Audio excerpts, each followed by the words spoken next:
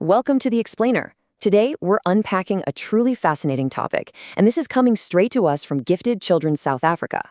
We're going to dive right into neurodiversity, specific learning disabilities, and really look at how to unmask the true potential of these incredible minds. So let's jump right in and honestly, completely reframe how we think about learning differences. Okay, let's dive into this with a question that might actually surprise you. Can a child be gifted and still fail a basic spelling test? Well, the short answer is absolutely, yes.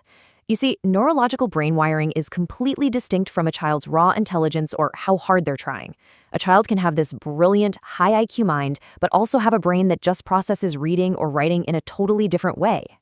So here is the spectrum journey for today's explainer.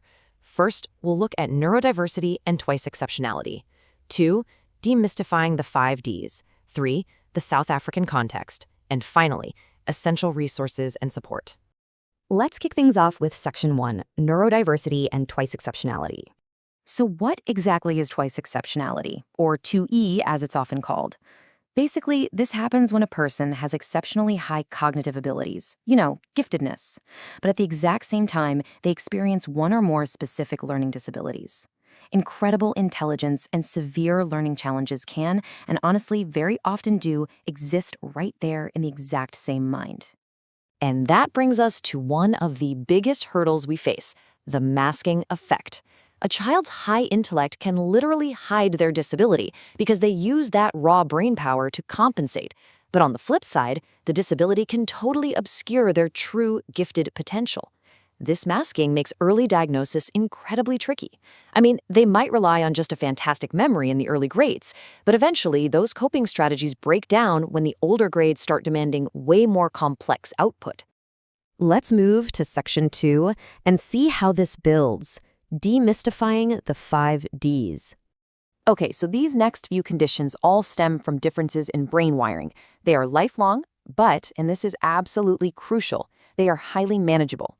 First up is dyslexia. It's a genetic, language-based disability that affects anywhere up to 20% of people. Think of it kind of like a miswired switchboard. It impacts how the brain maps phonological sounds to written symbols. So you'll see things like difficulty decoding words, really slow reading fluency, maybe reversing letters, and it requires actual evidence-based interventions like structured phonics literacy. You can't just tell a dyslexic student to try harder. You might actually recognize this fascinating paradox in a student or, hey, maybe even yourself.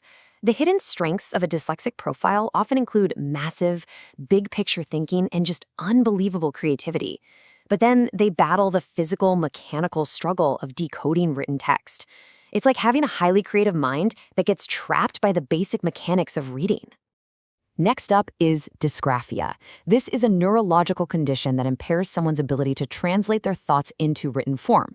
It's heavily linked to fine motor skills and executive function. You're going to see labored, inconsistent handwriting, actual physical pain when they try to write, and real trouble organizing thoughts on paper. And I really need to stress this point. Dysgraphia is absolutely not just bad handwriting. It's a literal neurological disconnect.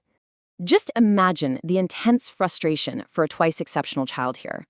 They have this idea-rich mind, right? Capable of excellent verbal composition and logic. They could literally have a brilliant A+ thesis mapped out in their head. But their hands, physically, laboriously, cannot write it down without pain or a bunch of spelling errors.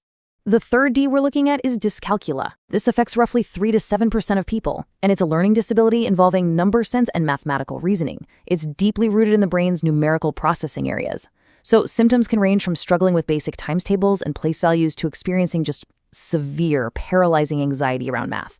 And again, this is about brain wiring. It is not about poor teaching or lack of effort. And here is a truly fascinating nuance about this.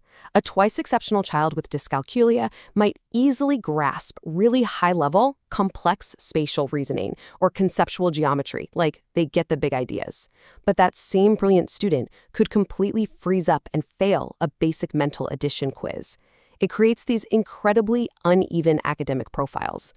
Moving right along to dysphasia, which in this context refers to developmental language disorders. This really impairs daily communication. A child might struggle to find the right words, to form complete sentences, or even just process what is being said to them. Imagine possessing all this high intellect, but constantly hitting a brick wall when you try to verbally express those complex thoughts. That is the daily internal reality of dysphasia. The final D is dyspraxia, also known as developmental coordination disorder. This involves real difficulties with motor planning and executing physical movements. Day to day, it looks like general clumsiness, trouble with balance, and struggling with basic self-care stuff like buttoning a shirt or tying shoes. It's fundamentally an issue with the brain's motor pathways, and it very often co-occurs right alongside dyslexia or ADHD. Now, what's really interesting here is the stark contrast. You have a child with highly advanced internal cognitive processing paired with significant visible struggles in everyday physical coordination. This clumsiness contrasting with sharp intelligence can severely impact a child's social participation and honestly just absolutely plummet their self-esteem if they aren't properly supported. Which brings us to Section 3, the South African context. So why does understanding all of this matter so much? Well, because the real-world consequences of unsupported needs are frankly heartbreaking. Academically, we see chronic underachievement, severe testing anxiety, and a lot of classroom behavior issues. Emotionally and socially, we see plummeting self-esteem, deep frustration, and a significantly higher risk of being bullied. It is a tragic fallout, but the good news is it is entirely preventable. When we look at South Africa specifically, there are some really unique barriers. For one, there is varied and quite unequal access to specialists like educational psychologists.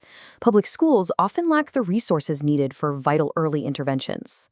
Plus, living in a multilingual society drastically complicates diagnosing language-based issues like dyslexia. All of this makes early multidisciplinary screening and individualized education programs, IEPs, absolutely vital under inclusive education policies. And it perfectly highlights the essential advocacy role played by organizations like Gifted Children South Africa. Let's pivot to Section 4, essential resources and support. The solutions are out there, and you really do not have to navigate this complex journey alone. First things first, head over to the Gifted Children South Africa website at giftedchildrensouthafrica.org. There is just a wealth of free, strengths-based resources waiting for you there. Also, be sure to listen to their dedicated Spotify podcast series for some fantastic deeper dives. And you can connect with their community using the social media links provided right there on the website. Now, to make this explainer as actionable as possible, there are 2 specific, highly valuable PDF guides accompanying this explainer that you can download right now. Step 1, grab the Advocacy Steps PDF to help you effectively fight for the right classroom accommodations. Step 2, download A Parent's Guide to Supporting Children with Dyslexia, Dysgraphia, Dyscalculia, Dysphasia/Dyspraxia, and Twice Exceptionality in South Africa. These toolkits are explicitly designed to empower you immediately. Let's wrap up with a final thought here. If a child's true potential is hidden behind a mask, what steps will you take today to help them reveal it? Now that you know a learning disability absolutely does not equal a lack of intelligence, you have the power to change a trajectory. So, use those tools from Gifted Children South Africa, become a relentless advocate for these incredible twice exceptional minds, and let's help them unmask their brilliance.